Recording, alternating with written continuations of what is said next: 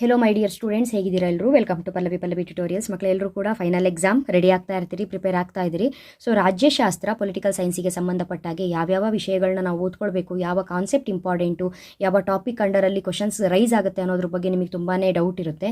ನೀವೆಲ್ಲರೂ ಕೂಡ ಒಂದು ವಿಷಯದಲ್ಲಿ ಒಳ್ಳೆ ಅಂಕಗಳನ್ನ ಪಡೆದುಕೊಳ್ಬೇಕು ಅಂತ ಹೇಳಿದ್ರೆ ಒಂದು ವಿಷಯಕ್ಕೆ ಸಂಬಂಧಪಟ್ಟಾಗೆ, ಒಂದು ಸಬ್ಜೆಕ್ಟಿಗೆ ಸಂಬಂಧಪಟ್ಟಾಗೆ 5 ರಿಂದ 6 ಮಾಡೆಲ್ ಪೇಪರ್ಗಳಾಗಿರ್ಬೋದು, ಅಥವಾ ಹೋದ ವರ್ಷದ ಆ್ಯನುವಲ್ ಪೇಪರು, ಅಥವಾ 2023ರ ವಾರ್ಷಿಕ ಪರೀಕ್ಷಾ ಪ್ರಶ್ನೆ ಪತ್ರಿಕೆ, ಈ ರೀತಿಯ ಹಲವಾರು ಪ್ರಶ್ನೆ ಪತ್ರಿಕೆಗಳನ್ನು ಒಂದ್ಸಲ ಅನಲೈಸ್ ಮಾಡಿ ಓದ್ಕೊಂಡ್ರೆ ಪ್ರಶ್ನೆಗಳು ಯಾವ ರೀತಿಯಾಗಿ ಬರ್ತಾ ಇದೆ, ಯಾವುದು ಇಂಪಾರ್ಟೆಂಟು, ಯಾವುದು ಮೋಸ್ಟ್ ಇಂಪಾರ್ಟೆಂಟು ಅನ್ನೋದ್ರ ಬಗ್ಗೆ ನಿಮಗೆ ಒಂದು ಐಡಿಯಾ ಸಿಗುತ್ತೆ. ಸೊ ಎಲ್ಲರ ಹತ್ರ ಕ್ವಶನ್ ಪೇಪರ್ ಇರೋದಿಲ್ಲ. ಹಾಗಾಗಿ ನಾನು ಈ ವರ್ಷ ನಿಮಗೆ ಏನು ಗೌರ್ಮೆಂಟಿಂದ ರಿಲೀಸ್ ಆಗಿರುವಂತಹ 3 ಮಾದರಿ ಪ್ರಶ್ನೆ ಪತ್ರಿಕೆಗಳಿದೆ, ಅದರಲ್ಲಿ ಬಂದಿರುವಂತಹ ಪ್ರಶ್ನೆಗಳ ಜೊತೆಗೆ 2024ರ ವಾರ್ಷಿಕ ಪರೀಕ್ಷಾ ಪ್ರಶ್ನೆ ಪತ್ರಿಕೆಯಲ್ಲಿ ಇರುವಂತಹ ಪ್ರಶ್ನೆಗಳು, 2023ರ ಪ್ರಶ್ನೆ ಪತ್ರಿಕೆಯಲ್ಲಿ ಇರುವಂತಹ ಪ್ರಶ್ನೆಗಳು, ಹಾಗೂ 2024ನೇ ಸಾಲಿನ ಮಾದರಿ ಪ್ರಶ್ನೆ ಪತ್ರಿಕೆ ಇತ್ತಲ್ಲ, ಹೋದ ವರ್ಷ ನಿಮ್ಮ ಸೀನಿಯರ್ಗೆ ಒಂದು ಪೇಪರ್ ಏನು ರಿಲೀಸ್ ಮಾಡಿದ್ರು ಅದರಲ್ಲಿರುವಂತಹ ಪ್ರಶ್ನೆಗಳು ಎಲ್ಲವನ್ನ ಕರೆಕ್ಟಾಗಿ ಮಿಕ್ಸ್ ಮಾಡಿ ಅದನ್ನು ಮ್ಯಾಚ್ ಮಾಡಿ ಅನಲೈಸ್ ಮಾಡಿ ಯಾವುದು ಇಂಪಾರ್ಟೆಂಟ್ ಅನ್ನುವಂತಹ ಪ್ರಶ್ನೆಗಳನ್ನ ಉತ್ತರ ಸಹಿತ ಕೊಡ್ತಾ ಇದ್ದೀನಿ. ಈಗ ಆಲ್ರೆಡಿ ನಾನು 10 ಅಂಕಕ್ಕೆ ಸಂಬಂಧಪಟ್ಟಂತೆ ಯಾವ ಒಂದು ಅಧ್ಯಾಯದಲ್ಲಿ ಪ್ರಶ್ನೆಗಳು ಬರುತ್ತೆ, ಎಷ್ಟು ಪ್ರಶ್ನೆಗಳನ್ನ ನೀವು ನೋಡ್ಕೊಳ್ಬೇಕು ಅನ್ನೋದಕ್ಕೆ 2 ವಿಡಿಯೋನ ಮಾಡಿ ಅಪ್ಲೋಡ್ ಮಾಡಿದ್ದೀನಿ. Part 1, part 2. ರೀಸನ್ನು ಉತ್ತರವನ್ನು ಸಹ ಹೇಳೋದ್ರಿಂದ ವಿಡಿಯೋ ಲೆಂತಿ ಆಗುತ್ತೆ, ಹಾಗಾಗಿ 2 ವಿಡಿಯೋ ಅಪ್ಲೋಡ್ ಮಾಡಿದ್ದೀನಿ. ನಿಮಗೆ ಡಿಸ್ಕ್ರಿಪ್ಷನಲ್ಲಿ ಅದರ ಲಿಂಕು, ಕಮೆಂಟಲ್ಲಿ ಪಿನ್ ಮಾಡಿರ್ತೀನಿ, ಅದರ ಲಿಂಕು ಸಿಗುತ್ತೆ, ಆ ವಿಡಿಯೋನ ವಾಚ್ ಮಾಡಿ. ಈ ಒಂದು ವಿಡಿಯೋದಲ್ಲಿ ರಾಜ್ಯಶಾಸ್ತ್ರಕ್ಕೆ ಸಂಬಂಧಪಟ್ಟಾಗೆ 5 ಅಂಕಕ್ಕೆ ಬಹುಮುಖ್ಯ ಪ್ರಶ್ನೆಗಳು ಯಾವುದು, ಭಾಗ ಸಿಯಲ್ಲಿ ಕೇಳುವಂತಹ 5 ಅಂಕದ ಪ್ರಶ್ನೆಗಳು ಯಾವುದು, ಯಾವ ಪ್ರಶ್ನೆ ಎಕ್ಸಾಮಿಗೆ ಬಹುಮುಖ್ಯವಾಗಿ ಬರುತ್ತೆ ಅನ್ನೋದ್ರ ಬಗ್ಗೆ ಈ ವಿಡಿಯೋ ಸಂಬಂಧಪಟ್ಟಿದ್ದು. ಇಲ್ಲಿ ಇನ್ನೊಂದು ವಿಚಾರ ಮೇಯ್ನ್ ಆಗಿ ಹೇಳುವಂಥದ್ದು, ಪ್ರಜಾಪ್ರಭುತ್ವಕ್ಕೆ ಈ ಒಂದು ಪ್ರಶ್ನೆಯನ್ನು ನೋಡ್ಕೊಳ್ಳಿ. ಪ್ರಜಾಪ್ರಭುತ್ವಕ್ಕೆ ಭಯೋತ್ಪಾದನೆಯು ಹೇಗೆ ಮಾರಕವಾಗಿದೆ ಎಂಬುದನ್ನು ವಿಶ್ಲೇಷಿಸಿ, ಹಾಗೂ ಭ್ರಷ್ಟಾಚಾರವನ್ನು ಯುವಜನತೆ ಹೇಗೆ ತಡೆಗಟ್ಟಬಲ್ಲದು, ಈ ಒಂದು ಪ್ರಶ್ನೆಯನ್ನ ಕುರಿತು ಚರ್ಚಿಸಿ ಅಂತ ಏನು ಕೊಟ್ಟಿದ್ದಾರೆ. ಇದಕ್ಕೆ ಆಲ್ರೆಡಿ ಉತ್ತರವನ್ನ ನಾನು ಹೇಳಿದ್ದೀನಿ. ಯಾವಾಗ ಅಂತ ಹೇಳಿದ್ರೆ, ನಿಮಗೆ ಅಧ್ಯಾಯ 5 ರಾಷ್ಟ್ರ ನಿರ್ಮಾಣ ಮತ್ತು ಪ್ರಜಾಸತ್ತೆ ಎದುರಿಸುತ್ತಿರುವಂತಹ ಸವಾಲುಗಳು, ಈ ಅಧ್ಯಾಯದಲ್ಲಿ 10 ಅಂಕಕ್ಕೂ ಒಂದು ಪ್ರಶ್ನೆ ಬರುವಂಥದ್ದು, 5 ಅಂಕಕ್ಕೆ 2 ಪ್ರಶ್ನೆ ಬರುವಂಥದ್ದು, ಬಹುಮುಖ್ಯವಾಗಿ 20 ಅಂಕಗಳು ಈ ಒಂದು ಅಧ್ಯಾಯ ಓದೋದ್ರಿಂದ ಸಿಗುತ್ತೆ. ಹಾಗಾಗಿ 10 ಅಂಕದ ಪ್ರಶ್ನೆಗಳನ್ನ ಕೊಟ್ಟಿದ್ದೀನಲ್ವ ಮಕ್ಕಳೇ, ಅಲ್ಲಿ ಈ ಒಂದು ಅಧ್ಯಾಯದಲ್ಲಿ 10 ಅಂಕ 5 ಅಂಕಕ್ಕೆ ಕವರ್ ಆಗುವ ಎಲ್ಲ ಪ್ರಶ್ನೆಗಳನ್ನು ಕೊಟ್ಟಿದ್ದೀನಿ. ಅದು ಪಾರ್ಟ್ 2 ವಿಡಿಯೋ. ಸೊ ಇಲ್ಲೂ ಕೂಡ ಒಂದ್ಸಲ ಆನ್ಸರ್ನ ಹೇಳ್ತೀನಿ, ಆದರೂ ಕೂಡ ಆ ವಿಡಿಯೋ ನೀವು ಮಿಸ್ ಮಾಡಿಕೊಂಡ್ರೆ ನಿಮಗೆ 20 ಅಂಕಗಳು ಲಾಸ್ ಆಗುತ್ತೆ. ಹಾಗಾಗಿ ಕರೆಕ್ಟಾಗಿ ನೋಡ್ಕೊಳ್ಬೇಕು. ಹಾಗಾದರೆ 5 ಅಂಕಕ್ಕೆ ಬಹುಮುಖ್ಯ ಪ್ರಶ್ನೆಗಳು ಯಾವುದು? ಮೊದಲಿಗೆ 2024ರ ವಾರ್ಷಿಕ ಪರೀಕ್ಷೆಯಲ್ಲಿ ನಡೆದಿರುವಂತಹ ಪ್ರಶ್ನೆ ಪತ್ರಿಕೆ ಏನಿದೆ ಅದರ ಪ್ರಶ್ನೆಗಳಿಗೆ ಫಸ್ಟ್ ರೆಡಿಯಾಗಿ. ಇದು ಮೋಸ್ಟ್ ಇಂಪಾರ್ಟೆಂಟು. ಪ್ರಥಮ ಸಾಮಾನ್ಯ ಚುನಾವಣೆಯ ಬಗ್ಗೆ ಟಿಪ್ಪಣಿ ಬರೆಯಿರಿ. ಈ ಒಂದು ಪ್ರಶ್ನೆಗೆ ಉತ್ತರವನ್ನು ಬರೆಯೋದಕ್ಕಿಂತ ಮುಂಚೆ, ಅಂತ ಪಾಯಿಂಟ್ಸ್ಗಳನ್ನ ಬರೆಯೋದಕ್ಕಿಂತ ಮುಂಚೆ ಪೂರ್ವ ಪೀಠಿಕೆಯನ್ನು ಬರಿಬೇಕು. ಅಂದರೆ ಪೀಠಿಕೆ ಬರೆದ್ಬಿಟ್ಟು ಆನ್ಸರ್ನ ಶುರು ಮಾಡಬೇಕು. ಸಾರ್ವತ್ರಿಕ ವಯಸ್ಕ ಮತದಾನ ಪದ್ಧತಿಯನ್ನು ಆಧರಿಸಿ ಭಾರತದಲ್ಲಿ ಲೋಕಸಭೆಗೆ ಮೊದಲು ಮಹಾಚುನಾವಣೆ 1951 ಅಕ್ಟೋಬರ್ 1952 ಫೆಬ್ರವರಿವರೆಗೆ ನಡೆದವು. ಈ ಚುನಾವಣೆ ಪ್ರಜಾಪ್ರಭುತ್ವದ ಇತಿಹಾಸದಲ್ಲಿ ಒಂದು ಬೃಹತ್ ರಾಜಕೀಯ ಪ್ರಯೋಗವಾಯಿತು. ಹಾಗಾದರೆ ಮಹಾಚುನಾವಣೆಯ ಅಂಶಗಳು ಯಾವ್ದ್ಯಾವುದು? ಇಲ್ಲಿ ನಿಮಗೆ ಈಸಿಯಾಗಿದೆ ಪಾಯಿಂಟ್ಸು, ಕರೆಕ್ಟಾಗಿ ನೋಡ್ಕೊಳ್ಳಿ. ಮಹಾಚುನಾವಣೆಯ ಅಂಶಗಳು ಅಂತ ಹೆಡ್ಡಿಂಗ್ ಬರ್ಕೊಂಡು ಅದಕ್ಕೆ ಪಾಯಿಂಟನ್ನು ಬರಿಬೇಕು. ಒಟ್ಟು ಲೋಕಸಭಾ ಸ್ಥಾನಗಳು 489, ಮತದಾರರ ಸಂಖ್ಯೆ 176 ಮಿಲಿಯನ್, ಮತದಾನ ಮಾಡಿದವರ ಸಂಖ್ಯೆ 105.5 ಮಿಲಿಯನ್, ಮತಗಟ್ಟೆಗಳ ಸಂಖ್ಯೆ 2,24,000 ಮತಗಟ್ಟೆಗಳು, ರಾಜಕೀಯ ಪಕ್ಷಗಳು ಒಟ್ಟು 70, ಶೇಕಡವಾರು ಮತದಾನ 45% ಮತದಾನವಾಗಿದೆ, ಸ್ಪರ್ಧಿಸಿದ ಅಭ್ಯರ್ಥಿಗಳ ಸಂಖ್ಯೆ 1800. ಹಾಗಾದರೆ ಈ ಪ್ರಥಮ ಮಹಾಚುನಾವಣೆಯ ಫಲಿತಾಂಶ ಏನಿತ್ತು? ಫಲಿತಾಂಶ ಅಂತ ಹೆಡ್ಡಿಂಗ್ ಬರ್ಕೊಳ್ಳಿ. ಫಲಿತಾಂಶವೇನಾಗಿತ್ತು? ಭಾರತೀಯ ರಾಷ್ಟ್ರೀಯ ಕಾಂಗ್ರೆಸ್ 364 ಸ್ಥಾನಗಳನ್ನು ಗೆದ್ದು ಅಸ್ತಿತ್ವಕ್ಕೆ ಬಂದಿತು. ಸ್ವತಂತ್ರ ಅಭ್ಯರ್ಥಿಗಳು 37 ಸ್ಥಾನಗಳನ್ನು ಗೆದ್ದುಕೊಂಡರು. ಭಾರತೀಯ ಕಮ್ಯುನಿಸ್ಟ್ ಪಕ್ಷ 16 ಸ್ಥಾನಗಳನ್ನು ಗೆದ್ದುಕೊಂಡಿತು. ಇತರರು 75 ಸ್ಥಾನಗಳನ್ನು ಗೆದ್ದುಕೊಂಡರು. ಹಾಗಾದರೆ ಪ್ರಥಮ ಮಹಾಚುನಾವಣೆಯ ವೈಶಿಷ್ಟ್ಯತೆಗಳು ಏನೇನು? ಕಾಂಗ್ರೆಸ್ ಪಕ್ಷವು ಜನಧರಣೀಯ ಪಕ್ಷವಾಗಿ ಹೊರಹೊಮ್ಮಿತು, ಮೊದಲನೇ ಪಾಯಿಂಟು. ಎರಡನೇ ಪಾಯಿಂಟು, ಬಡತನ ಮತ್ತು ಅನಕ್ಷರತೆ ಇದ್ದರೂ ರಾಜಕೀಯ ಜಾಗೃತಿ ಹೊಂದಿದ್ದಾರೆಂಬ ಅಂಶ ವ್ಯಕ್ತವಾಯಿತು. ಪಕ್ಷಗಳು ಪಡೆದ ಮತ ಮತ್ತು ಗೆದ್ದ ಸ್ಥಾನಗಳ ನಡುವೆ ಹೊಂದಾಣಿಕೆ ಇರಲಿಲ್ಲ. ಹೈದರಾಬಾದ್, ಟ್ರಾವಂಕೋರ್, ಕೊಚ್ಚಿನ್, ಮದರಾಸ್ ಮತ್ತು ಪಶ್ಚಿಮ ಬಂಗಾಳಗಳಲ್ಲಿ ಕಮ್ಯುನಿಸ್ಟರು ಜನಪ್ರಿಯರಾದರು. ಗ್ರಾಮಾಂತರ ಪ್ರದೇಶಗಳಲ್ಲಿ ಅಧಿಕ ಪ್ರಮಾಣದ ಮತದಾನವಾಯಿತು. ಸಂಪೂರ್ಣ ಪ್ರಕ್ರಿಯೆ ಶಾಂತಿಯುತ ಅಧಿಕೃತವಾಗಿ ನಡೆಯಿತು. ಡಾಕ್ಟರ್ BR ಅಂಬೇಡ್ಕರ್ ಬಾಂಬೆ ಕ್ಷೇತ್ರದಲ್ಲಿ ಪರಾಭವಗೊಂಡರು. ಇದಿಷ್ಟು ಕೂಡ ಪ್ರಥಮ ಮಹಾ ಚುನಾವಣೆಯ ಅಂಶಗಳು. ಅದರ ಬಗ್ಗೆ ಟಿಪ್ಪಣಿ ಬರೆಯಿರಿ ಅಂತ ಹೇಳಿದ್ರೆ ಇದನ್ನ ಬರಿಬೇಕು. ನೆಕ್ಸ್ಟು 2ನೇ ಪ್ರಶ್ನೆ, ನಾಗರಿಕ ಸೇವಾ ವರ್ಗದ ಲಕ್ಷಣಗಳನ್ನು ಚರ್ಚಿಸಿ. ನಾಗರಿಕ ಸೇವಾ ವರ್ಗ ಶಾಶ್ವತವಾದ ಕಾರ್ಯಾಂಗ ಆಗಿದ್ದು ರಾಷ್ಟ್ರದ ಮುಖ್ಯಸ್ಥರಾದ ರಾಷ್ಟ್ರಪತಿ, ಪ್ರಧಾನಿ ಮತ್ತು ಮಂತ್ರಿಮಂಡಲನ್ನೊಳಗೊಂಡಿದೆ. ಹಾಗಾದರೆ ನಾಗರಿಕ ಸೇವಾ ವರ್ಗದ ಲಕ್ಷಣಗಳು ಯಾವುದು? ಪಾಯಿಂಟನ್ನು ಕರೆಕ್ಟಾಗಿ ಬರಿಬೇಕು, ವಿವರಣೆ ಸಹಿತ ಬರಿಬೇಕಾಗತ್ತೆ. ಸಿಂಪಲ್ ಆಗಿ ವಿವರಣೆಯನ್ನು ಕೊಟ್ಟು ಸಾಕಾಗತ್ತೆ. ಮೊದಲ ಪಾಯಿಂಟು, ವೃತ್ತಿನಿರತ ವರ್ಗ, ಅಧಿಕಾರ ಶ್ರೇಣಿ ಪದ್ಧತಿ, ರಾಜಕೀಯ ತಟಸ್ಥತೆ, ಅನಾಮಧೇಯತೆ, ನಿಷ್ಪಕ್ಷಪಾತತೆ, ಸೇವಾ ಮನೋಭಾವ, ಶಾಶ್ವತ, ಕಾನೂನಿನ ಮಿತಿ, ವಿಶೇಷ ತರಬೇತಿ. ಇಲ್ಲಿ 5 ಅಂಕಕ್ಕೆ ಕೇಳಿರೋದ್ರಿಂದ 5 ಪಾಯಿಂಟ್ಗಳನ್ನು ವಿವರಣೆ ಸಹಿತ ಬರೀರಿ. ಮುಂದಿನ ಪ್ರಶ್ನೆ, ಹಿಂದುಳಿದ ವರ್ಗಗಳ ಚಳುವಳಿಯ ಕಾರಣಗಳಾವುವು? ಪಾಯಿಂಟ್ಗಳನ್ನ ಬರಿಬೇಕು. ಹಿಂದುಳಿದ ವರ್ಗಗಳ ಚಳುವಳಿಗೆ ಕಾರಣಗಳು: ಸಾಮಾಜಿಕ ತಾರತಮ್ಯ, ಆರ್ಥಿಕ ಶೋಷಣೆ, ಶೈಕ್ಷಣಿಕವಾಗಿ ಹಿಂದುಳಿದಿರುವಿಕೆ, ರಾಜಕೀಯ ಪ್ರಾತಿನಿಧ್ಯತೆಯ ನಿರಾಕರಣೆ, ಏಕೀಕರಣ. ನೆಕ್ಸ್ಟ್ ಮುಂದಿನ ಪ್ರಶ್ನೆ, ರೈತ ಚಳುವಳಿಯ ರಾಜಕೀಯ ಪರಿಣಾಮಗಳನ್ನು ವಿಶ್ಲೇಷಿಸಿ. ಕೃಷಿ ಸಾಲ ಯೋಜನೆ, ರಾಷ್ಟ್ರೀಯ ಕೃಷಿ ಸಾಲ ಯೋಜನೆ, ಸಾಲ ಮನ್ನಾ, ರೈತ ಸಂಪರ್ಕ ಕೇಂದ್ರಗಳ ಸ್ಥಾಪನೆ, ಪಶು ವೈದ್ಯಕೀಯ ಸೇವೆ, ಭೂ ಸುಧಾರಣಾ ಕಾಯ್ದೆ. ಸಂಕ್ಷಿಪ್ತವಾಗಿ ವಿವರಣೆಯನ್ನು ಬರಿಬೇಕು. ಮುಂದಿನ ಪ್ರಶ್ನೆ, ಪ್ರಜಾಪ್ರಭುತ್ವಕ್ಕೆ ಭಯೋತ್ಪಾದನೆಯು ಹೇಗೆ ಮಾರಕವಾಗಿದೆ ಎಂಬುದನ್ನು ವಿಶ್ಲೇಷಿಸಿ. ಭಾರತದ ಪ್ರಜಾಪ್ರಭುತ್ವಕ್ಕೆ ಭಯೋತ್ಪಾದನೆಯು ಒಂದು ಗಂಡಾಂತರ. ಯಾವುದೇ ಒಂದು ಸಂಘಟಿತ ಗುಂಪು ವ್ಯವಸ್ಥಿತ ಹಿಂಸಾಚಾರದ ಮೂಲಕ ತನ್ನ ಉದ್ದೇಶವನ್ನು ಈಡೇರಿಸಿಕೊಳ್ಳುವುದೇ ಭಯೋತ್ಪಾದನೆಯಾಗಿದೆ. ಕೊಲೆ, ಸುಲಿಗೆ, ಅಪಹರಣ ಮತ್ತು ವಿಧ್ವಂಸಕ ಕೃತ್ಯಗಳನ್ನು ಎಸಗುವವರೇ ಭಯೋತ್ಪಾದಕರು. ಹಾಗಾದರೆ ಭಯೋತ್ಪಾದನೆ ಹೇಗೆ ಮಾರಕವಾಗಿದೆ ಎಂಬುದಕ್ಕೆ ಒಂದಿಷ್ಟು ಅಂಶಗಳು, ಪಾಯಿಂಟ್ಗಳನ್ನ ನಾವು ಹೇಳಬೇಕಲ್ಲ. ಮೊದಲನೇ ಪಾಯಿಂಟು, ಆಡಳಿತ ಯಂತ್ರಕ್ಕೆ ಅಡ್ಡಿ, ಸಂವಿಧಾನಕ್ಕೆ ಗೌರವವಿಲ್ಲ, ಮಾನವ ಹಕ್ಕುಗಳ ಉಲ್ಲಂಘನೆ, ಪ್ರಜಾಪ್ರಭುತ್ವ ವಿರೋಧಿ ಚಟುವಟಿಕೆಗಳು, ಆರ್ಥಿಕ ಬೆಳವಣಿಗೆಗೆ ಅಡ್ಡಿ. ಇದಿಷ್ಟು ವಿವರಣೆ ಸಹಿತ ಬರಿಬೇಕು. ಮುಂದಿನ ಪ್ರಶ್ನೆ, ಭ್ರಷ್ಟಾಚಾರವನ್ನು ಯುವಜನತೆ ಹೇಗೆ ತಡೆಗಟ್ಟಬಲ್ಲರು ಎಂಬುದನ್ನು ಚರ್ಚಿಸಿ. ಒಂದು ಪೂರ್ವ ಪೀಠಿಕೆಯನ್ನು ಬರೆದ್ಬಿಟ್ಟು ಆನ್ಸರ್ನ ಶುರು ಮಾಡಬೇಕು. ಭ್ರಷ್ಟಾಚಾರವು ಇತಿಹಾಸದಷ್ಟೇ ಪುರಾತನವಾದುದಾಗಿದ್ದು ಮಾನವನ ಅಪರಿಮಿತ ಬಯಕೆಗಳೇ ಇದಕ್ಕೆ ಕಾರಣವಾಗಿದೆ. ಲಂಚ ನೀಡುವವರು ಎಲ್ಲಿಯವರೆಗೆ ಇರುತ್ತಾರೆಯೋ ಲಂಚ ತೆಗೆದುಕೊಳ್ಳುವವರು ಅಲ್ಲಿಯವರೆಗೂ ಇರುತ್ತಾರೆ. ಲಂಚ ನೀಡುವುದು, ಲಂಚ ಪಡೆಯುವಷ್ಟೇ ಅಪರಾಧವಾಗಿದೆ. ಭ್ರಷ್ಟಾಚಾರವು ರಾಷ್ಟ್ರವಿಡೀ ವ್ಯಾಪಕವಾಗಿ ಹರಡಿದ್ದು ಪ್ರಜಾಪ್ರಭುತ್ವದಲ್ಲಿ ಮೌಲ್ಯಗಳು ಮತ್ತು ಸಾರ್ವಜನಿಕ ಜೀವನದಲ್ಲಿ ಪ್ರಾಮಾಣಿಕತೆ ಮತ್ತು ನೈತಿಕತೆಯು ಕಡಿಮೆಯಾಗುತ್ತಿರುವುದಕ್ಕೆ ಕಾರಣವಾಗಿದೆ. ನೆಕ್ಸ್ಟು ಅವ್ರು ಕೇಳಿರುವಂತಹ ಪ್ರಶ್ನೆ, ಭ್ರಷ್ಟಾಚಾರವನ್ನು ಹೋಗಲಾಡಿಸುವಲ್ಲಿ ಅಥವಾ ಭ್ರಷ್ಟಾಚಾರವನ್ನು ತಡೆಗಟ್ಟುವಲ್ಲಿ ಯುವಜನತೆಯ ಪಾತ್ರವನ್ನು ಕೇಳಿರೋದು. ಇದೇ ಪ್ರಶ್ನೆ ನಿಮಗೆ ಗಂಡಾಂತರ ಹೇಗೆ ಅಂತ ಕೂಡ ಕೇಳ್ತಾರೆ. ಭ್ರಷ್ಟಾಚಾರ ಹೇಗೆ ಗಂಡಾಂತರವಾಗಿದೆ ಅಂತ. ಅದಕ್ಕೋಸ್ಕರ ಭ್ರಷ್ಟಾಚಾರ ಕೂಡ ಒಂದು ಗಂಡಾಂತರ. ಭಯೋತ್ಪಾದನೆ ಹೇಗೆ ದೇಶಕ್ಕೆ, ಪ್ರಜಾಪ್ರಭುತ್ವಕ್ಕೆ ಗಂಡಾಂತರವಾಗಿದೆಯೋ ಅದೇ ರೀತಿ ಭ್ರಷ್ಟಾಚಾರ ಕೂಡ ಒಂದು ಗಂಡಾಂತರ ಅನ್ನೋ ಕಾರಣಕ್ಕೆ ಪಾಯಿಂಟ್ಗಳಲ್ಲಿ ಬರೆದಿದ್ದೀನಿ ನೋಡಿ. ಶಕ್ತಿ ರಾಜಕಾರಣ, ರಾಜಕೀಯ ಅಪರಾಧೀಕರಣ, ಅಧಿಕಾರಶಾಹಿಯ ಅನೈತಿಕತೆ, ಸಾಮಾಜಿಕ ನ್ಯಾಯದ ಉಲ್ಲಂಘನೆ, ಇದು ಭ್ರಷ್ಟಾಚಾರ ಗಂಡಾಂತರ. ಅಥವಾ ಇಲ್ಲಿ ಭಯೋತ್ಪಾದನೆ ಹೇಗೆ ಮಾರಕ ಅಂತಿದೆಯಲ್ಲ ಅದೇ ರೀತಿ ಭ್ರಷ್ಟಾಚಾರನೂ ಕೂಡ ಮಾರಕ, ಗಂಡಾಂತರ ಅಂತ ಕೊಟ್ಟರೆ ಈ ಪಾಯಿಂಟನ್ನು ಬರಿಬೇಕು. ಯುವಜನತೆಯ ಪಾತ್ರ ಏನು ಕೇಳಿದರೆ ಅಂದರೆ ಭ್ರಷ್ಟಾಚಾರವನ್ನು ಕಡಿಮೆ ಮಾಡೋದ್ರಲ್ಲಿ ಯುವಜನತೆಯ ಪಾತ್ರವೇನು ಅಂತ ಕೇಳಿದರೆ ಅದಕ್ಕೆ ಈ ಪಾಯಿಂಟನ್ನು ಬರಿಬೇಕು. ಮೌಲ್ಯಾಧಾರಿತ ಶಿಕ್ಷಣದತ್ತ ಜಾಗೃತಿ ಮೂಡಿಸುವುದು, ನೈತಿಕ ಮೌಲ್ಯಗಳ ಅರಿವು ಮೂಡಿಸುವುದು, ಮಾದರಿ ವ್ಯಕ್ತಿಗಳ ವಿಚಾರಗಳನ್ನು ಅಳವಡಿಸಿಕೊಳ್ಳುವುದು, ಯುವ ಆಂದೋಲನಗಳನ್ನು ರೂಪಿಸುವುದು. ಉದಾಹರಣೆಗೆ ಅಣ್ಣಾ ಹಜಾರೆಯವರ ಭ್ರಷ್ಟಾಚಾರದ ವಿರುದ್ಧ ಭಾರತ ಆಂದೋಲನದಲ್ಲಿ ಲಕ್ಷಾಂತರ ಯುವಕರು ಭಾಗವಹಿಸಿದ್ದು ಅಂತ ಕೊಟ್ಟಿದ್ದಾರೆ. ಈ ಪಾಯಿಂಟನ್ನಾದರೂ ಬರೀಬಹುದು. ಅಥವಾ ನಾನು ನಿಮಗೆ 10 ಅಂಕದ ಪ್ರಶ್ನೆಗಳನ್ನ ಕೊಡುವಾಗ ಈ ಒಂದು ಹೇಗೆ ಕೊಟ್ಟಿದ್ದೆ ಅಂತ ಹೇಳಿದ್ರೆ, ಭಯೋತ್ಪಾದನೆ ಒಂದು ಗಂಡಾಂತರ ಅಥವಾ ಭಯೋತ್ಪಾದನೆಯನ್ನು ನಿಗ್ರಹಿಸುವಲ್ಲಿ ಅಥವಾ ಅದನ್ನು ಕಡಿಮೆ ಮಾಡುವಲ್ಲಿ, ಭಯೋತ್ಪಾದನೆಯನ್ನು ಹೋಗಲಾಡಿಸುವಲ್ಲಿ ಯುವ ಜನತೆಯ ಪಾತ್ರ, ಇದು ಒಂದು ಮೇನ್ ಕ್ವಶನ್ನು. ಅದೇ ರೀತಿಯಾಗಿ ಭ್ರಷ್ಟಾಚಾರ ಹೇಗೆ ಪ್ರಜಾಪ್ರಭುತ್ವಕ್ಕೆ ಗಂಡಾಂತರ, ಭ್ರಷ್ಟಾಚಾರವನ್ನು ಹೋಗಲಾಡಿಸುವಲ್ಲಿ ಯುವ ಜನತೆಯ ಪಾತ್ರ, ಇದೆರಡೂ ಕೂಡ ಇಂಪಾರ್ಟೆಂಟು. ಒಂದು ಕಾನ್ಸೆಪ್ಟಲ್ಲಿ 2 ಪ್ರಶ್ನೆ ರೈಸ್ ಆಗುತ್ತೆ, ನೋಡ್ಕೊಳ್ಬೇಕು. ಸಮ್ಮಿಶ್ರ ವ್ಯವಸ್ಥೆಯ ದೋಷಗಳು ಯಾವುವು? ಸಾರ್ವತ್ರಿಕ ಚುನಾವಣೆಗಳ ನಂತರ ಯಾವುದೇ ರಾಜಕೀಯ ಪಕ್ಷ ಸ್ಪಷ್ಟ ಬಹುಮತ ಪಡೆಯದಿದ್ದಾಗ 2 ಅಥವಾ ಹೆಚ್ಚು ರಾಜಕೀಯ ಪಕ್ಷಗಳು ಒಗ್ಗೂಡಿ ಸರ್ಕಾರ ರಚಿಸುವುದೇ ಸಮ್ಮಿಶ್ರ ಸರ್ಕಾರ.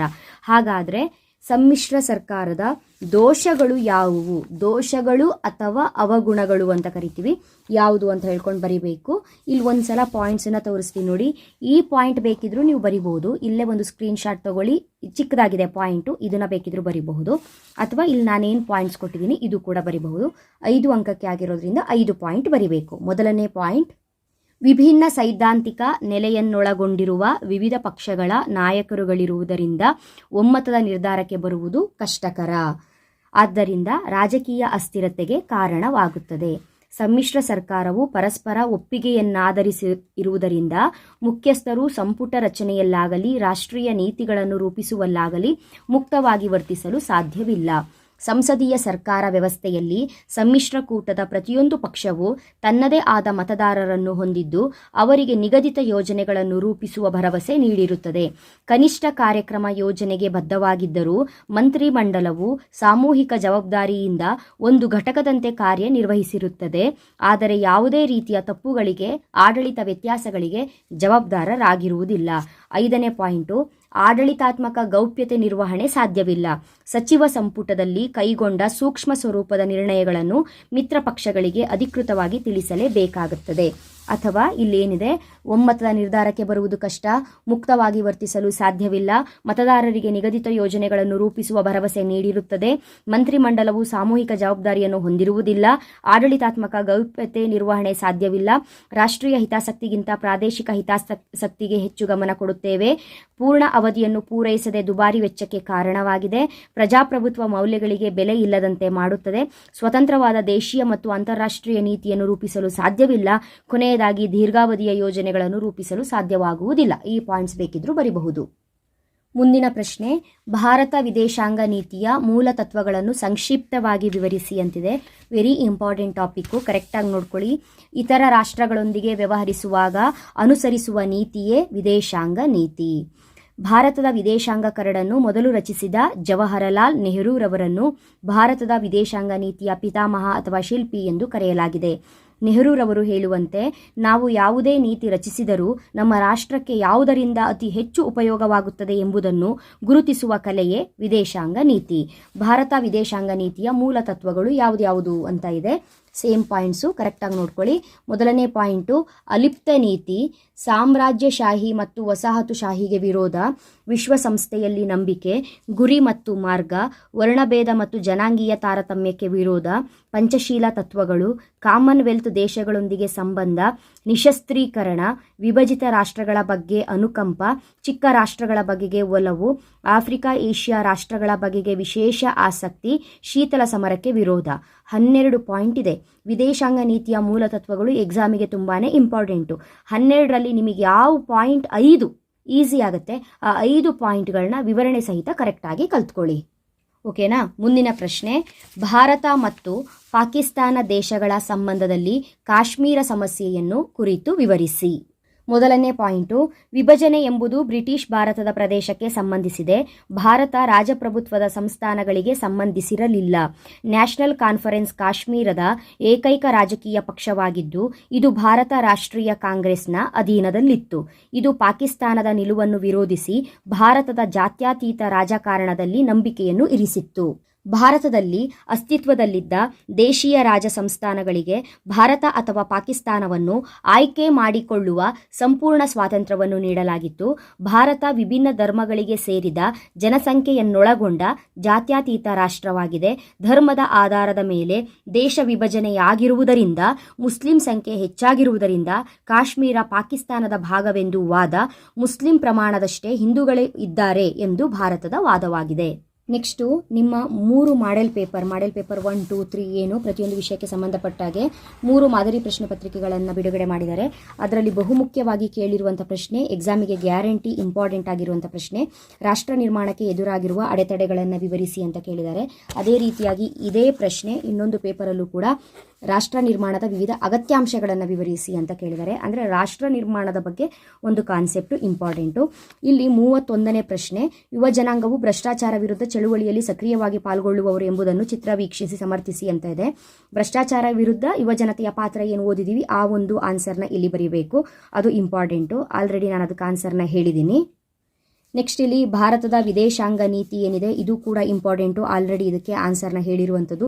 ಆದರೆ ಈ ಪ್ರಶ್ನೆ 10 ಅಂಕಕ್ಕೆ ಕೇಳಿರೋದ್ರಿಂದ ಟೋಟಲ್ ಇರುವಂತಹ 12 ಪಾಯಿಂಟಲ್ಲಿ 10 ಪಾಯಿಂಟ್ಗಳು ಬರಲೇಬೇಕಾಗತ್ತೆ. 10 ಅಂಕಕ್ಕೆ ಕೇಳಿರುವಂಥದ್ದು ವೆರಿ ಇಂಪಾರ್ಟೆಂಟ್ ಟಾಪಿಕ್ಕು. ಇದ್ರ ಜೊತೆಗೆ ಇದೇ ಒಂದು ಪೇಪರಲ್ಲಿ ಅಂದರೆ ಮಾದರಿ ಪ್ರಶ್ನೆ ಪತ್ರಿಕೆಯಲ್ಲಿ ಇಲ್ಲಿ ಭಯೋತ್ಪಾದನೆ ಮತ್ತು ಭ್ರಷ್ಟಾಚಾರ ಎರಡೂ ಕೂಡ ಕಾನ್ಸೆಪ್ಟನ್ನು ಕೇಳಿದ್ದಾರೆ. ಭ್ರಷ್ಟಾಚಾರದ ಕಾರಣಗಳು, ಭಯೋತ್ಪಾದನೆ ವಿರುದ್ಧ ಯುವ ಜನತೆಯ ಪಾತ್ರ ವೆರಿ ಇಂಪಾರ್ಟೆಂಟ್ ಆಗುತ್ತೆ. ಇದು ಕೂಡ ತುಂಬ ಇಂಪಾರ್ಟೆಂಟು. ಮೊದಲಿಗೆ ರಾಷ್ಟ್ರ ನಿರ್ಮಾಣದ ವಿವಿಧ ಅಗತ್ಯಾಂಶಗಳು ಯಾವುದು ಅಂತ ಹೇಳ್ಕೊಂಡು ನೋಡ್ಕೊಳ್ಳಿ. ರಾಷ್ಟ್ರ ನಿರ್ಮಾಣ ಎಂಬುದು ಜನರನ್ನು ಸಂಘಟಿಸಿ ಅವರಲ್ಲಿ ಸಾಮರಸ್ಯ ಸಾಧಿಸಿ ಎಲ್ಲರೂ ಒಪ್ಪಿಕೊಳ್ಳುವ ವ್ಯವಸ್ಥೆಯನ್ನು ನಿರ್ಮಿಸುವ ಪ್ರಕ್ರಿಯೆ. ರಾಷ್ಟ್ರೀಯವಾದದಿಂದ ಕೂಡಿರುವ ಜನತೆ ರಾಷ್ಟ್ರದ ಪುನರ್ ನಿರ್ಮಾಣ ಹಾಗೂ ಸರ್ವತೋಮುಖ ಅಭಿವೃದ್ಧಿ ಸಾಧಿಸುವ ಸಂಕಲ್ಪವಾಗಿದೆ. ರಾಷ್ಟ್ರ ನಿರ್ಮಾಣಕ್ಕೆ ವಿವಿಧ ಅಗತ್ಯಾಂಶಗಳು: ಜನತೆಯ ಬೆಂಬಲ, ಉತ್ತಮ ಆಡಳಿತ, ಬದ್ಧತೆಯಿಂದ ಕೂಡಿರುವ ನಾಯಕತ್ವ, ರಾಜಕೀಯ ಸಂಸ್ಕೃತಿ, ಸಾರ್ವತ್ರಿಕ ಶಿಕ್ಷಣ, ರಾಷ್ಟ್ರೀಯ ಗುಣ, ಸಮೂಹ ಮಾಧ್ಯಮಗಳು, ಜವಾಬ್ದಾರಿಯುತ ಬೌದ್ಧಿಕತೆ, ರಾಷ್ಟ್ರೀಯ ಸಮಗ್ರತೆ. ಮುಂದಿನ ಬಹುಮುಖ್ಯ ಪ್ರಶ್ನೆ 1935ರ ಕಾಯ್ದೆಯನ್ನು ವಿವರಿಸಿ ಅಂತ ಕೇಳಿದರೆ ಇದು ಇಂಪಾರ್ಟೆಂಟು. 1935ರ ಕಾಯ್ದೆಯನ್ನು ವಿವರಿಸಿ. ಅದೇ ರೀತಿ ಇಲ್ಲಿ ಭಾರತ ಸರ್ಕಾರದ 1935ರ ಪ್ರಮುಖ ಮುಖ್ಯಾಂಶಗಳನ್ನು ವಿವರಿಸಿ ಅಂತ ಕೇಳಿದ್ದಾರೆ. ಎರಡೂ ಕೂಡ 1935ರ ಕಾಯ್ದೆ. ಹಾಗಾಗಿ ಇದು ಇಂಪಾರ್ಟೆಂಟ್ ಟಾಪಿಕ್ಕು. 2 ಪೇಪರಲ್ಲಿರೋದ್ರಿಂದ ಕರೆಕ್ಟಾಗಿ ನೋಡ್ಕೊಳ್ಬೇಕು. ಜುಲೈನಲ್ಲಿ ಅಂಗೀಕಾರವಾಗಿ ಭಾರತೀಯ ಸರ್ಕಾರ ಕಾಯ್ದೆ 1935ರಂದು ಜಾರಿಯಾಯಿತು. ಈ ಕಾಯ್ದೆಯು 321 ವಿಧಿಗಳನ್ನು ಹಾಗೂ 10 ಅನುಬಂಧ ಶೆಡ್ಯೂಲ್ಗಳನ್ನು ಒಳಗೊಂಡಿತ್ತು. 1935ರ ಭಾರತ ಸರ್ಕಾರದ ಕಾಯ್ದೆಯ ಮುಖ್ಯಾಂಶಗಳು ಯಾವುದು? ಸಂಯುಕ್ತ ಪದ್ಧತಿ, ಅಧಿಕಾರ ವಿಭಜನೆ ಅಂದರೆ ಕೇಂದ್ರ ಪಟ್ಟಿ, ಪ್ರಾಂತ್ಯಗಳ ಪಟ್ಟಿ, ಸಮವರ್ತಿ ಪಟ್ಟಿ, ಶೇಷಾಧಿಕಾರಿಗಳು, ಕೇಂದ್ರದಲ್ಲಿ ದ್ವಿಸರ್ಕಾರ ಪದ್ಧತಿ, ಶಾಸಕಾಂಗ council of states, federal assembly, federal ನ್ಯಾಯಾಲಯ ಸ್ಥಾಪನೆ, ಮೂಲಧಿಕಾರ, ಮೇಲ್ಮನವಿ ಅಧಿಕಾರ, ಸಲಹಾತ್ಮಕ ಅಧಿಕಾರ, ದಾಖಲೆಗಳ ನ್ಯಾಯಾಲಯ, ಪ್ರಾಂತೀಯ ಸ್ವಾಯತ್ತತೆ. ಇದಿಷ್ಟು ಪಾಯಿಂಟ್ಗಳನ್ನ ಕವರ್ ಮಾಡಿಕೊಂಡು ಬರಿಬೇಕು. ಇದು ಇಂಪಾರ್ಟೆಂಟು. ಮುಂದಿನ ಬಹುಮುಖ್ಯ ಪ್ರಶ್ನೆ ಜಿಲ್ಲಾಡಳಿತದ ಮುಖ್ಯಸ್ಥರಾಗಿ ಜಿಲ್ಲಾಧಿಕಾರಿಗಳ 5 ಕಾರ್ಯಗಳನ್ನು ಬರಿಬೇಕು. 5 ಅಂಕಕ್ಕೆ ಆಗಿರೋದ್ರಿಂದ ವಿವರಣೆ ಸಹಿತ ಬರಿಬೇಕಾಗತ್ತೆ. ಜಿಲ್ಲಾಧಿಕಾರಿಯು ಜಿಲ್ಲಾಡಳಿತದ ಮುಖ್ಯಸ್ಥರಾಗಿರುತ್ತಾರೆ. ಹಾಗೆಯೇ ಜಿಲ್ಲಾ ದಂಡಾಧಿಕಾರಿಗಳಾಗಿ ಕಾರ್ಯನಿರ್ವಹಿಸುತ್ತಾರೆ. ಜಿಲ್ಲಾಧಿಕಾರಿಯ ಕಾರ್ಯಗಳು: ಕಾನೂನು ಮತ್ತು ಸುವ್ಯವಸ್ಥೆ ಹಾಗೂ ದಂಡಾಧಿಕಾರ, ಕಂದಾಯ ಕಾರ್ಯಗಳು, ಅಭಿವೃದ್ಧಿ ಕಾರ್ಯಗಳು, ನಿಯಂತ್ರಣ ಕಾರ್ಯಗಳು, ಮತದಾನದ ಕಾರ್ಯಗಳು. ನೆಕ್ಸ್ಟು ಇಂಪಾರ್ಟೆಂಟ್ ಕಾನ್ಸೆಪ್ಟು ಹಿಂದುಳಿದ ವರ್ಗಗಳ ಚಳುವಳಿಗೆ ಕಾರಣಗಳಾವು. ಇದು ಕೂಡ ಇಂಪಾರ್ಟೆಂಟ್ ಆಗಿರುತ್ತೆ. ಸೊ ಇದಕ್ಕೆ ಕಾರಣಗಳು ಪಾಯಿಂಟ್ಗಳನ್ನ ಕರೆಕ್ಟಾಗಿ ಬರಿಬೇಕು. ಹಿಂದುಳಿದ ವರ್ಗದ ಚಳುವಳಿಯ ಕಾರಣಗಳು, ಒಂದು ಹಿಂದುಳಿದ ವರ್ಗದ ಚಳುವಳಿ ಆಗೋದಕ್ಕೆ ಕಾರಣಗಳು: ಸಾಮಾಜಿಕ ತಾರತಮ್ಯ, ಆರ್ಥಿಕ ಶೋಷಣೆ, ಶೈಕ್ಷಣಿಕವಾಗಿ ಹಿಂದುಳಿದಿರುವಿಕೆ, ರಾಜಕೀಯ ಪ್ರಾತಿನಿಧ್ಯತೆಯ ವಂಚನೆ, ಏಕೀಕರಣ. ಇನ್ನೊಂದು ಬಹುಮುಖ್ಯ ಪ್ರಶ್ನೆ 29 ಪರಿಸರ ಚಳುವಳಿಯ ರಾಜಕೀಯ ಪರಿಣಾಮಗಳನ್ನು ಚರ್ಚಿಸಿ ಅಂತ ಇದೆ. ಪರಿಸರ ಚಳುವಳಿ ಅಲ್ಲಿ ಕೇಳಿರೋದು ರಾಜಕೀಯ ಪರಿಣಾಮವನ್ನು ಕೇಳಿದ್ದಾರೆ. ನೀವೇನು ಮಾಡಿ ಪರಿಸರ ಚಳುವಳಿಗೆ ಕಾರಣಗಳು ಮತ್ತು ಪರಿಣಾಮಗಳು ಎರಡೂ ನೋಡ್ಕೊಳ್ಳಿ ಪಾಯಿಂಟು. ಪರಿಸರ ಚಳುವಳಿ ಮಾಡೋದಕ್ಕೆ ಕಾರಣಗಳೇನು? ಪರಿಸರ ನಾಶ, ಪರಿಸರ ಮಾಲಿನ್ಯ, ಜೀವ ವೈವಿಧ್ಯತೆಗಳ ರಕ್ಷಣೆ, ಪರಿಸರ ಶಿಕ್ಷಣದ ಕೊರತೆ, ಪರಿಸರ ನಿರ್ವಹಣೆಯ ಕೊರತೆ. ಹಾಗಾದರೆ ಪರಿಸರ ಚಳುವಳಿಯಿಂದ ಆದಂತಹ ಪರಿಣಾಮಗಳು ಏನು? ಗಂಗಾ ನದಿಯ ನೀರಿನ ಶುದ್ಧೀಕರಣ ಯೋಜನೆ, ಕೃಷ್ಣ ಮಹಾಜನ್ ಸಮಿತಿ, ಸರಕಾರ ಜಾರಿಗೆ ತಂದ ಶಾಸನಗಳು. ಆವಾಗ ಈ ಒಂದು ಪ್ರಶ್ನೆಯನ್ನು ಹೇಳಿದ್ದೆ. ರಾಷ್ಟ್ರ ನಿರ್ಮಾಣಕ್ಕೆ ಎದುರಾಗಿರುವ ಅಡೆತಡೆಗಳನ್ನು ವಿವರಿಸಿ. Very important. ಆವಾಗ ರಾಷ್ಟ್ರ ನಿರ್ಮಾಣಕ್ಕೆ ವಿವಿಧ ಅಗತ್ಯಾಂಶಗಳು ಯಾವುದು ಅನ್ನೋದನ್ನು ಹೇಳಿದೆ. ಅಡೆತಡೆ ಯಾವುದು ಅನ್ನೋದನ್ನು ಹೇಳಿರಲಿಲ್ಲ, ಅಡಚಣೆ ಯಾವುದು ಅಂತ ಹೇಳಿರಲಿಲ್ಲ. ಈ ಪಾಯಿಂಟ್ಗಳನ್ನ ಕವರ್ ಮಾಡಬೇಕು. ರಾಷ್ಟ್ರ ನಿರ್ಮಾಣ ಕಾರ್ಯದಲ್ಲಿ ಉಂಟಾಗುವ ಅಡಚಣೆಗಳು: ಬಡತನ, ಜನಸಂಖ್ಯಾ ಸ್ಫೋಟ, ಪ್ರಾದೇಶಿಕ ಅಸಮತೋಲನ, ಸಾಮಾಜಿಕ ಮತ್ತು ರಾಜಕೀಯ ಶೋಭೆ, ರಾಜಕೀಯ ಬಿಕ್ಕಟ್ಟು. ಮುಂದಿನ ಪ್ರಶ್ನೆ ಈ ಕೆಳಗಿನ ಭಾರತದ ನಕ್ಷೆಯನ್ನು ನೋಡಿ ಪ್ರಸ್ತುತ ರಾಜ್ಯಗಳು ಹಾಗೂ ಕೇಂದ್ರಾಡಳಿತ ಪ್ರದೇಶಗಳನ್ನು ಪಟ್ಟಿ ಮಾಡಿ ಅಂತ ಕೇಳ್ತಾರೆ. ರಾಜ್ಯಗಳು ಯಾವುದು, ಕೇಂದ್ರಾಡಳಿತ ಪ್ರದೇಶಗಳು ಯಾವುದು ಅನ್ನೋದು ಗೊತ್ತಿರಬೇಕು ಪಾಯಿಂಟು. ಆಂಧ್ರ ಪ್ರದೇಶ, ಅರುಣಾಚಲ ಪ್ರದೇಶ, ಅಸ್ಸಾಂ, ಬಿಹಾರ್, ಛತ್ತೀಸ್ಗಢ, ಗೋವಾ, ಗುಜರಾತ್, ಹರಿಯಾಣ, ಹಿಮಾಚಲ ಪ್ರದೇಶ, ಜಾರ್ಖಂಡ್, ಕರ್ನಾಟಕ, ಕೇರಳ, ಮಧ್ಯಪ್ರದೇಶ, ಮಹಾರಾಷ್ಟ್ರ, ಮಣಿಪುರ, ಮೇಘಾಲಯ, ಮಿಜೋರಾಂ, ನಾಗಾಲ್ಯಾಂಡ್, ಒಡಿಶಾ, ಪಂಜಾಬ್, ರಾಜಸ್ಥಾನ, ಸಿಕ್ಕಿಂ, ತಮಿಳುನಾಡು, ತ್ರಿಪುರ, ಉತ್ತರಾಖಂಡ್, ಉತ್ತರ ಪ್ರದೇಶ, ಪಶ್ಚಿಮ ಬಂಗಾಳ, ತೆಲಂಗಾಣ. ಅದೇ ರೀತಿಯಾಗಿ ಕೇಂದ್ರಾಡಳಿತ ಪ್ರದೇಶಗಳು ಅಂಡಮಾನ್ ನಿಕೋಬಾರ್, ಚಂಡೀಗಢ, ದಾದ್ರಾ ಮತ್ತು ನಗರ ಹವೇಲಿ, ದಿಯು ದಮನ್, ದೆಹಲಿ, ಲಕ್ಷದ್ವೀಪ, ಪುದುಚೇರಿ, ಜಮ್ಮು ಮತ್ತು ಕಾಶ್ಮೀರ, ಲಡಾಖ್. ರೈತ ಚಳುವಳಿಗೆ ರಾಜಕೀಯ ಪರಿಣಾಮಗಳು ಯಾವುದು ಅಂತ ಕೇಳ್ತಾರೆ. ಇಂಪಾರ್ಟೆಂಟು. ರೈತರ ಸಮಸ್ಯೆಗಳನ್ನು ಕಡಿಮೆ ಮಾಡಲು ಸರ್ಕಾರ ಹಲವಾರು ಕ್ರಮಗಳನ್ನು ಕೈಗೊಂಡಿದೆ. ಕೃಷಿ ಸಾಲ ಯೋಜನೆ, ರಾಷ್ಟ್ರೀಯ ಕೃಷಿ ಸಾಲ ಯೋಜನೆ, ಸಾಲ ಮನ್ನಾ, ರೈತ ಸಂಪರ್ಕ ಕೇಂದ್ರಗಳ ಸ್ಥಾಪನೆ, ಪಶು ವೈದ್ಯಕೀಯ ಸೇವೆ, ಭೂ ಸುಧಾರಣಾ ಕಾಯ್ದೆ. ಇಂಪಾರ್ಟೆಂಟ್ ಕ್ವಶನ್ ಇದು. ಮುಂದಿನ ಪ್ರಶ್ನೆ ಇಲ್ಲಿ 26, ಇದು ಕೂಡ ಇಂಪಾರ್ಟೆಂಟು. ಕೆಳಗೆ ನೀಡಿರುವ ಚಿತ್ರವನ್ನು ನೋಡಿ, ದೇಶೀಯ ಸಂಸ್ಥಾನಗಳ ಏಕೀಕರಣದಲ್ಲಿ ಸರ್ದಾರ್ ವಲ್ಲಭಭಾಯಿ ಪಟೇಲ್ ರವರ ಪಾತ್ರವನ್ನು ವಿವರಿಸಿ ಅಂತ ಕೇಳಿದರೆ, ಸರ್ದಾರ್ ವಲ್ಲಭಭಾಯಿ ಪಟೇಲರು ಪ್ರಾಂತ್ಯಗಳ ಏಕೀಕರಣ ಪ್ರಕ್ರಿಯೆಯನ್ನು 3 ಹಂತಗಳಲ್ಲಿ ಜರುಗಿಸಿ ರಾಜ್ಯಗಳ ವಿಲೀನವನ್ನು ಯಶಸ್ವಿಗೊಳಿಸಿದರು. ಇದನ್ನೇ ಪಟೇಲ್ ಸ್ಕೀಮ್ ಎನ್ನುವರು. ಭಾರತದ ಭೌಗೋಳಿಕ ವ್ಯಾಪ್ತಿಯಲ್ಲಿ ಬರುವ ಜುನಾಗಢ, ಹೈದರಾಬಾದ್ ಮತ್ತು ಕಾಶ್ಮೀರ ರಾಜ್ಯಗಳನ್ನು ಹೊರತುಪಡಿಸಿ ಉಳಿದ 565 ರಾಜ್ಯಗಳನ್ನು ಸ್ವತಂತ್ರಗೊಳಿಸುವ ಮುನ್ನವೇ ಒಪ್ಪಂದ ಪತ್ರಕ್ಕೆ ಇನ್ಸ್ಟ್ರುಮೆಂಟ್ ಆಫ್ ಅಕ್ಸೆಷನ್ ಸಹಿ ಹಾಕಿಸಿದರು. ಪಟೇಲರ ಏಕೀಕರಣದ ಚತುರತೆ, ಮುತ್ಸದಿತನ, ನಾಯಕತ್ವದ ಗುಣಗಳು, ಅವರ ತಾಳ್ಮೆ ಅವರನ್ನು ಮಹಾನಾಯಕರನ್ನಾಗಿ ರೂಪಿಸಿತು. ಆದ್ದರಿಂದ ಸರ್ದಾರ್ ವಲ್ಲಭಭಾಯಿ ಪಟೇಲರನ್ನು ರಾಜ್ಯಗಳ ವಿಲೀನದ ರೂವಾರಿ ಎಂದು ಕರೆಯುತ್ತಾರೆ. ಇವರನ್ನು ಭಾರತದ ಉಕ್ಕಿನ ಮನುಷ್ಯ ಎಂದು ಸಹ ಕರೆಯಲಾಗಿದೆ. ಪಟೇಲ್ ಸ್ಕೀಮ್ನಲ್ಲಿ ಬರುವ 3 ಹಂತಗಳು: ಸಣ್ಣ ರಾಜ್ಯಗಳನ್ನು ಅವುಗಳೊಂದಿಗೆ ಹೊಂದಿಕೊಂಡಿರುವ ಪ್ರಾಂತ್ಯಗಳೊಂದಿಗೆ ವಿಲೀನ ಮಾಡುವುದು. ಸಣ್ಣ ರಾಜ್ಯಗಳ ಗುಂಪು ಹಲವಾರು ಸಣ್ಣ ರಾಜ್ಯಗಳು ಸೇರಿಕೊಂಡು ಒಂದು ದೊಡ್ಡ ರಾಜ್ಯವನ್ನು ರಚಿಸಿಕೊಂಡವು. ಚೀಫ್ ಕಮಿಷನರ್ಸ್, ಪ್ರಾಂತ್ಯಗಳ ಏಕೀಕರಣ, ಉದಾಹರಣೆಗೆ ಹಿಮಾಚಲ ಪ್ರದೇಶ, ಕಾಶ್ಮೀರ, ಕೂರ್ಗ್. ನೆಕ್ಸ್ಟು ವಿಶ್ವಸಂಸ್ಥೆಗೆ ಸಂಬಂಧಪಟ್ಟಿರೋದಾಗಿರ್ಬೋದು, ಅಂತಾರಾಷ್ಟ್ರೀಯ ಸಂಬಂಧಕ್ಕೆ ಸಂಬಂಧಪಟ್ಟಿರೋದಾಗಿರ್ಬೋದು, ಅವೈಜ್ಞಾನಿಕ ಭೂಸ್ವಾಧೀನ ಅಥವಾ ಮುಖ್ಯ ಕಾರ್ಯದರ್ಶಿಗಳಿಗೆ ಸಂಬಂಧಪಟ್ಟಿದ್ದು, ಜುನಾಗಢ, ಹೈದರಾಬಾದ್ ಮತ್ತು ಕಾಶ್ಮೀರದ ವಿಲೀನದ ಬಗ್ಗೆ ಈ ಎಲ್ಲ ಪ್ರಶ್ನೆಗಳ ಉತ್ತರವನ್ನು ಪಾರ್ಟ್ 2 ವಿಡಿಯೋದಲ್ಲಿ ಅಪ್ಲೋಡ್ ಮಾಡ್ತೀನಿ. ವಿಡಿಯೋ ಲೆಂತಿ ಆಗುತ್ತೆ, ಆ ಕಾರಣಕ್ಕಾಗಿ ಮುಂದಿನ ವಿಡಿಯೋದಲ್ಲಿ ಮತ್ತೆ ಸಿಗ್ತೀನಿ. ಅಲ್ಲಿವರೆಗೂ ಚೆನ್ನಾಗಿ ಓದ್ಕೊಳ್ಳಿ. ಈ ವಿಡಿಯೋನ ನೋಡಿದ ನಂತರ ನೆಕ್ಸ್ಟ್ ಕೊಡುವಂಥ ಇಂಪಾರ್ಟೆಂಟ್ ಕ್ವಶನ್ಸ್ಗಳನ್ನ ಮಿಸ್ ಮಾಡ್ಕೊಳ್ಬೇಡಿ, ಅದು ಕೂಡ ತುಂಬಾ ಇಂಪಾರ್ಟೆಂಟ್ ಆಗಿರುತ್ತೆ.